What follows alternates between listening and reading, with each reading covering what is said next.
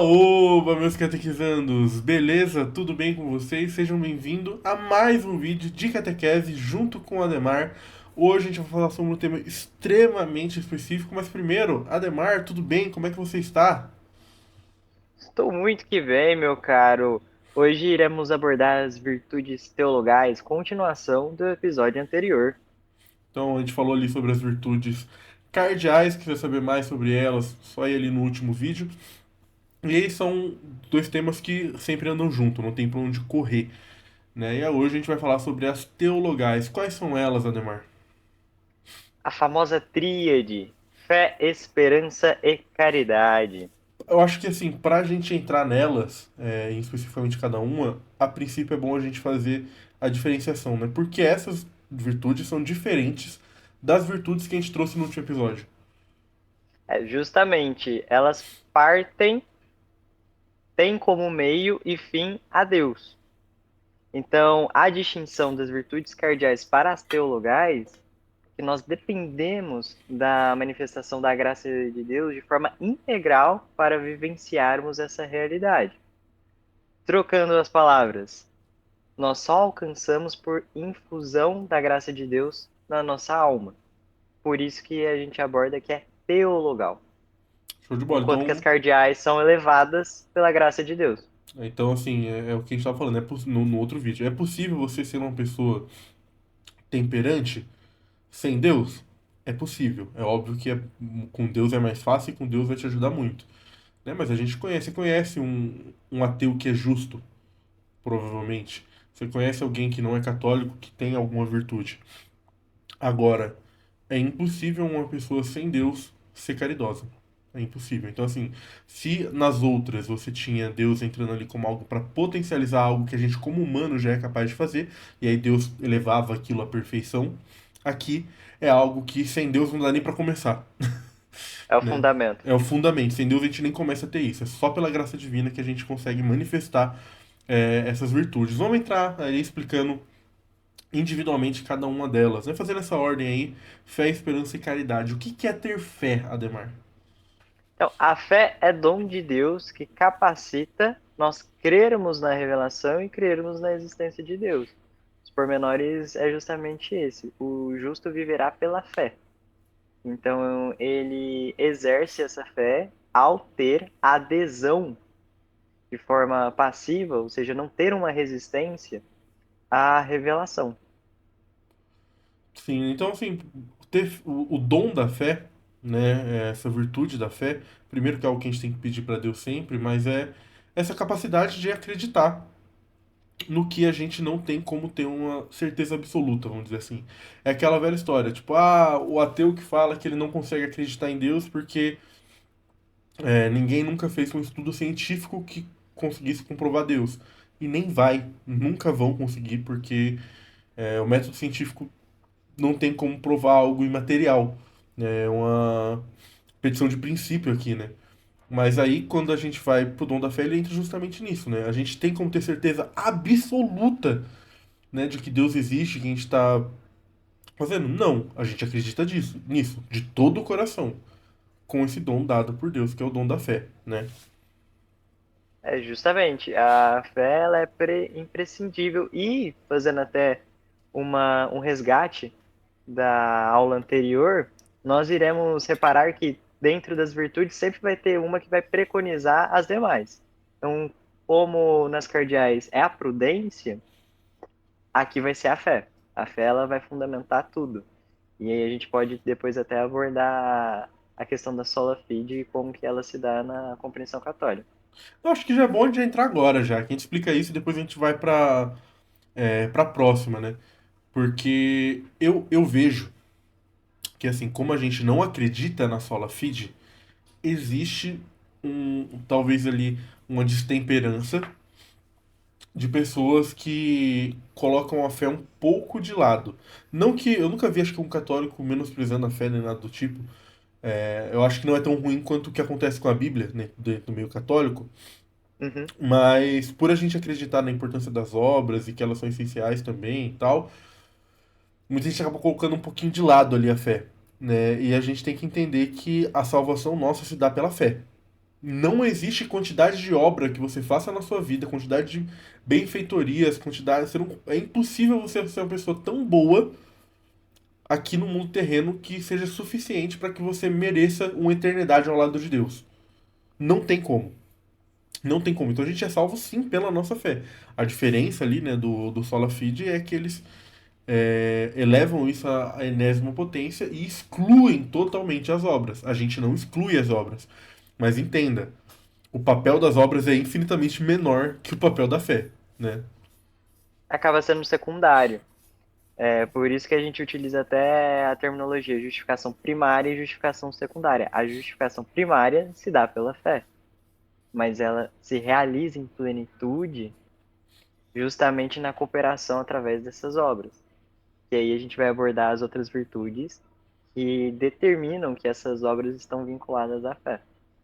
Exatamente, né? Então, entrando nessas outras aí, a gente tendo fé, a gente consegue alcançar também essas outras, chegando ali primeiro a esperança. O que é ser alguém esperançoso, Ademar? O que é ter esperança? Bom, a esperança é você depositar a sua confiança naquela promessa, naquele ensinamento, naquela mensagem. No caso, como virtude teologal, é depositar a esperança nas promessas de Cristo, na sua revelação, na sua vinda e na salvação por ele. Então, a gente aborda essa realidade de depositar esta confiança em Deus e nas suas promessas. Pô, então, a esperança ela anda muito de mãos dadas com a fé, e eu acho que é onde é mais fácil a gente entender o que a gente vem falando desde esse outro vídeo, de que assim, você tem uma virtude que é essencial e que te ajuda a alcançar as outras. Nessa aqui, eu acho que é onde é mais fácil a gente visualizar isso, né? Porque se a esperança é você se derramar nesses desígnios de Deus, esperar em Deus, é quase que um salto lógico que você faz a partir da fé. Né? Se você tem fé, logo você vai conseguir alcançar a esperança. Né? Porque essa esperança ela vem justamente da fé que é construída. Uma pessoa que acredita em Deus, ela acredita que Deus é capaz de fazer o melhor por ela, acredita nos desígnios de Deus, ela tem esperança mesmo numa situação ruim, numa situação de adversidade, ela sabe que ou aquilo vai levar para algo bom, ou aquilo vai levar para a santificação dela, que também é bom. Então, assim, ou vai se resolver, e se não se resolver, vai servir para ela ser santa. Né? Então, o final é sempre bom, né? Deus sempre permite um mal que ele sabe que ele consegue tirar um bem daquilo, né? A gente só consegue depositar confiança naquilo que a gente crê. Sim, Então, demonstra essa conexão. E ao contrário disso é o desesperar. E vale ressaltar isso porque a gente está numa sociedade que muitas pessoas se desesperam perante a igreja, às vezes questionam a igreja atual na linha tradicionalista, ou a deturpa numa linha mais liberal. E também tem a questão da presunção, que aborda ali uma não dependência de esperar em Deus, mas uma confiança autônoma, de que acredita estar plenamente resolvido e não precisa depender deste processo. E é de suma importância a santificação. sim, sim. E aí, eu acho que isso é um reflexo muito da sociedade que a gente vive hoje, que é uma sociedade muito imediatista, né? Então, assim, a partir de o mínimo sai errado, o mínimo que sai do trilho, as pessoas já abandonam a Deus, as pessoas já se desesperam, elas já perdem essa esperança, porque as coisas saíram minimamente ali, né? O mínimo que dá errado já é suficiente pra acabar com qualquer esperança que aquela pessoa tivesse. Ela tem esperança de que vai dar certo enquanto tá dando certo. Começa a dar errado, ela já não tem mais esperança de que possa voltar a dar certo, né? Então eu acho. Ah, não, eu acho que a caridade ainda falta um pouco mais, mas assim, é um segundo lugar muito próximo da esperança, acho que dessas virtudes teologais que mais falta hoje no nosso mundo, né? E não é ironicamente, né? Porque como é um processo que a fé preconiza isso, faz sentido a caridade e a esperança estar muito nessa ausência, porque muitos ficam somente na fé. sim. não desenvolve essa espiritualidade Eu e acho essas que virtudes. não falta fé no sentido assim, né? De, pô, nessas tretas que a gente vê aí, todo mundo é crente em Cristo, todo mundo acredita, Uhum. todo mundo tem fé na igreja tal, só que aí começa a faltar caridade, começa a faltar esperança, e o último estágio é a pessoa que não tem fé nas promessas de Cristo. Né? Então, assim, o... essa esperança é algo que vem caindo em desuso, vem perdendo espaço, mas eu sinto que é algo que a gente tem que lutar muito pra, pra reaver, porque é o que eu falei, o sentido natural é no final a pessoa perder a fé, né? Então a pessoa que já tá perdendo a esperança na igreja, pra ela pular pra fora é um pulo. Isso é uma coisa que eu já vi acontecendo, não foi poucas vezes, tá? Porque eu sou muito velho de internet católica, né? Frequentei muitas bolhas há muito tempo. E eu lembro que assim, quando eu comecei a frequentar tal, esses lugares ali onde tinha o pessoal mais tradicionalista, então nessas bolhas o que eu mais via era uma coisa assim que eu ficava, caramba, né? Um pessoal que tem muita fé ali, você viu a galera debatendo, discutindo e pareciam assim, grandes pessoas de fé e tal. E aí eu comecei a perceber que não era tão bem assim quando eu comecei a ficar mais tempo ali.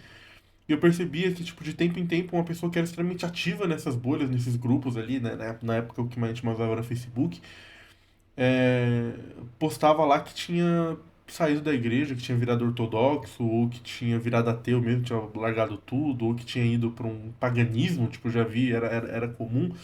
Então eu comecei a perceber assim que essa fé toda que eles proclamavam não era tão grande assim, né? Era muito mais ali uma revolta adolescente do que verdadeiramente uma fé. E isso começava a ruir a partir do momento que acabava de ter esperança na igreja. E aí o próximo passo era acabar com a fé, né? E era, de novo, tô falando isso porque eu vi muitas, não foi assim um caso que eu vi uma ou duas vezes, era muito, muito, muito, principalmente entre o pessoal mais jovem, né?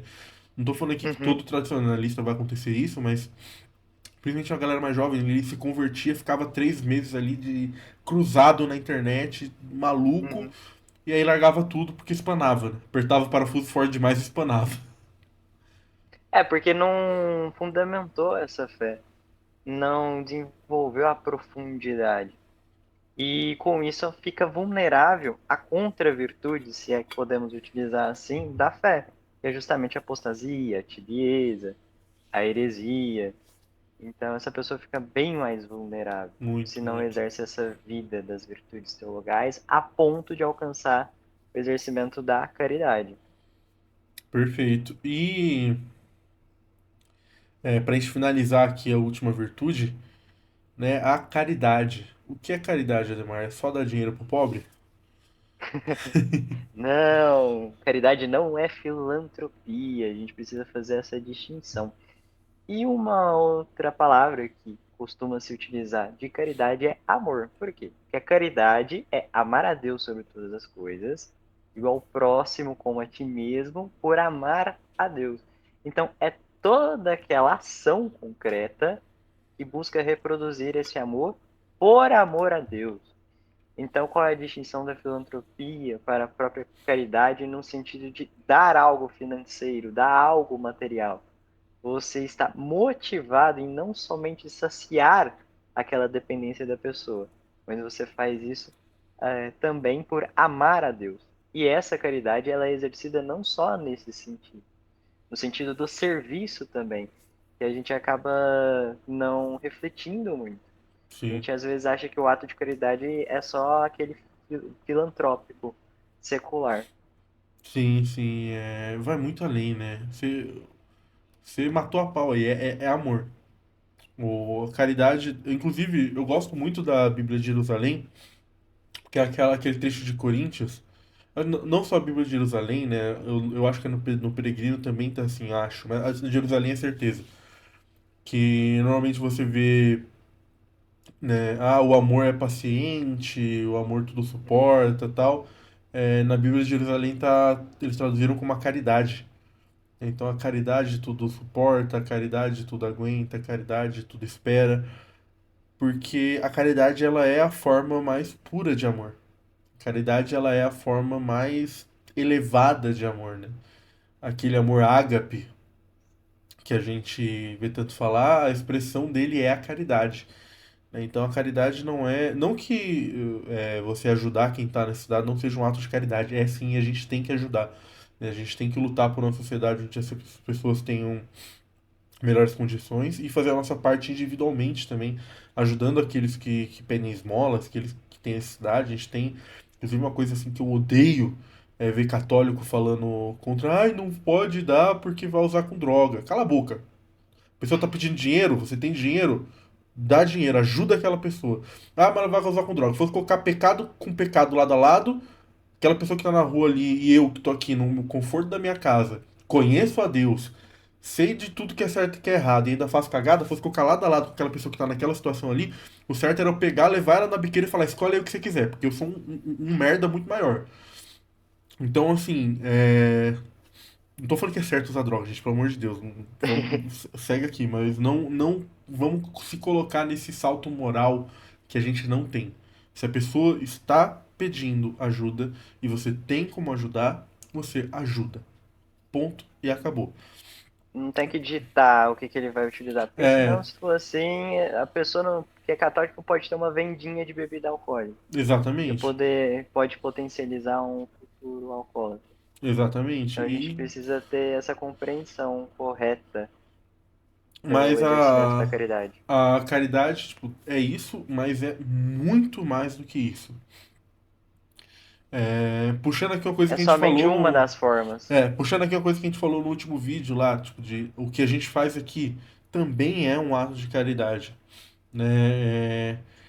Eu faço o que eu faço aqui na internet por amor a Deus e amor ao próximo. Eu faço aqui porque não ganho um real com o que eu faço aqui, mas porque eu sou catequista há muitos anos, eu estudo há muitos anos, o Ademar também estuda há muitos anos, e graças a Deus a gente tem condições de tentar reproduzir isso, de tentar chegar em mais pessoas. Então, por amor a Deus e por amor ao Evangelho, a mensagem, a boa nova do Evangelho, a gente quer espalhar isso para mais pessoas e dar essa possibilidade de mais pessoas se aproximarem de Deus. E isso também é um ato de caridade, né? Então, assim, caridade ela é amar. Caridade é você olhar para o outro e olhar para ele com amor. Você fazer algo e não fazer por obrigação, né? É você fazer porque você genuinamente ama o próximo, porque você genuinamente quer o bem do próximo, quer aproximar aquele próximo de Deus.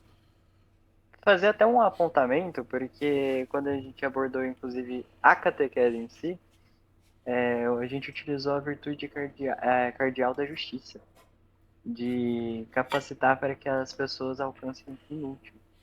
E é necessário colocar até uma distinção entre a justiça e a caridade, porque muitas das vezes a gente pratica a justiça por obrigação.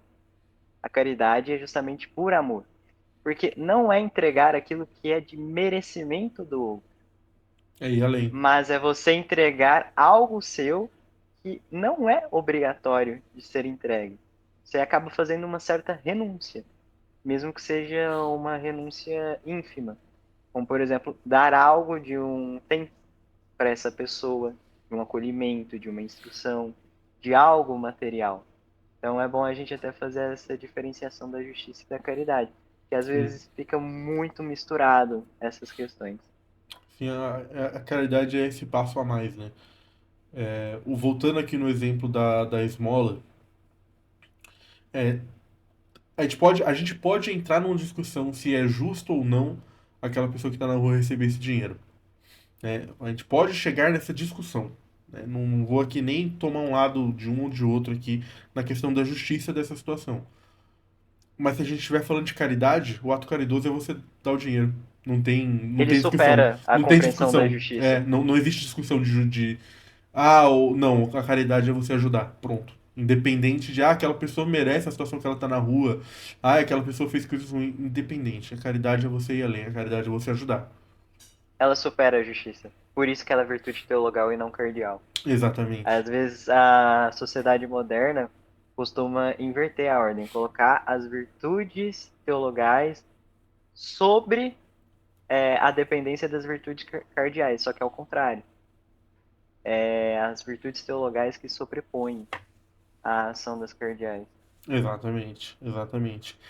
Ademar, pra gente ir fechando esse papo aqui sobre virtudes teologais, eu queria falar um pouquinho sobre o maior exemplo que a gente tem de vivência dessas virtudes teologais.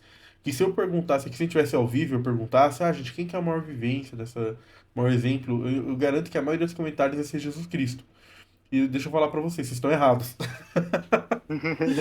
Cristo não é, Ele é a graça em pessoa. ele não é o maior exemplo de vivência das virtudes teologais, por quê? Porque duas delas ele não tem, é impossível ele ter. Cristo não tem fé e Cristo não tem esperança. Pode ser um choque que você está ouvindo agora, mas eu explico. Calma, abaixa as pedras, eu explico. Cristo não tem fé porque ele sabe. Ele sabe que ele é Deus. Então ele não tem fé em Deus. Ele sabe que ele é. Ele é o objeto da fé.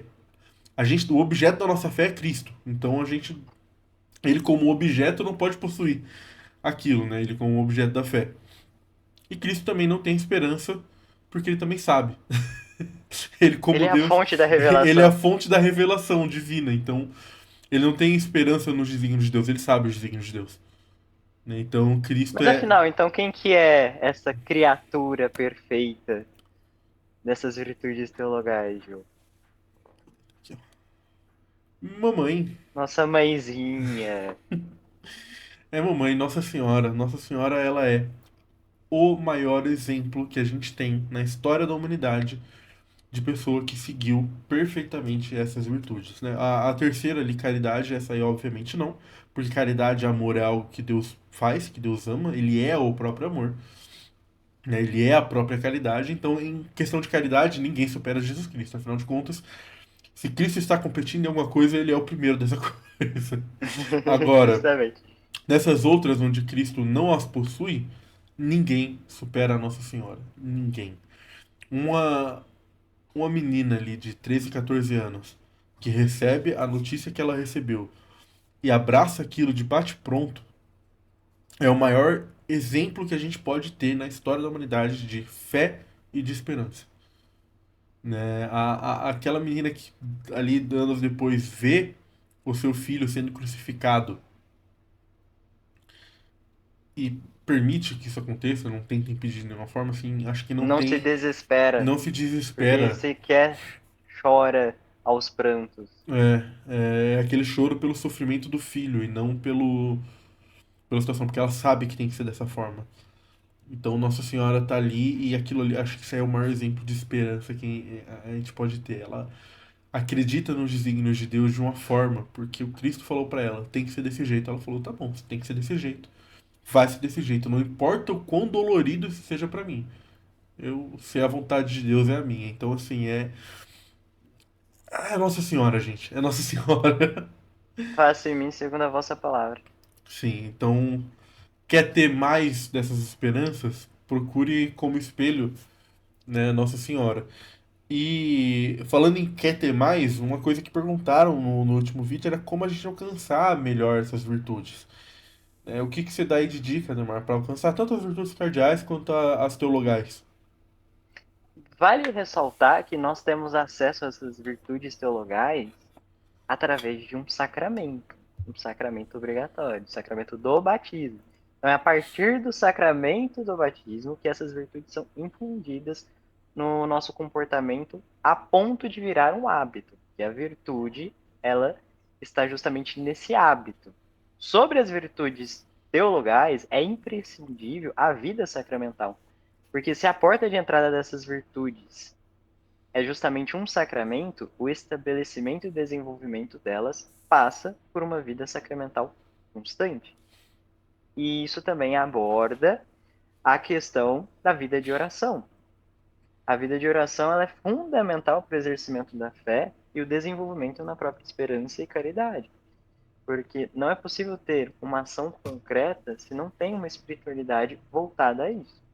E as virtudes cardeais, elas devem ser potencializadas por essa vida sacramental, essa vida de oração, essa vida de penitência, mortificação também, porque é um ato de esperança e também um ato de caridade, muitas das vezes. Então, a recomendação é essa no sentido religioso. E no sentido mais secular das virtudes cardeais, é aquele desenvolvimento meio que, digamos, da compreensão humanista universal. Então, você deve exercer esses hábitos se policiando, tendo este autocontrole, e aí as penitências e mortificações auxiliam a ser mais prudente, a ser mais temperante, a ter mais fortaleza. E com isso, praticar a justiça. Exatamente. Você não vai acordar um dia e acordou nesse dia você é uma pessoa extremamente justa, acordou nesse dia você é uma pessoa extremamente esperançosa, acordou nesse dia você é uma pessoa que tem muita fé. Isso não vai acontecer do dia para noite, né? É um É o processo, processo. é um processo. Então entenda que é um processo e peça a Deus para ele te auxiliar nessa jornada e foca no hábito, cara. Vai ali, é baby steps, é um passinho de cada vez que quando você vê você já foi muito longe. Ademar, considerações finais sobre a catequese de hoje? Bom, meus caros, reflitam. Esses episódios sobre as virtudes é um excelente exame de consciência para a gente refletir sobre os nossos comportamentos, o que está precisando desenvolver melhor para ter essa espiritualidade viva. E com isso, me despeço por aqui. É isso. Muito obrigado a você que assistiu até aqui, que acompanhou o vídeo. Não se esqueça de curtir, compartilhar. Comenta aqui embaixo o que você achou dessa catequese. Comenta outros temas que você quer ver eu e o Ademar falando sobre aqui. Fiquem com Deus e com o amor de Maria.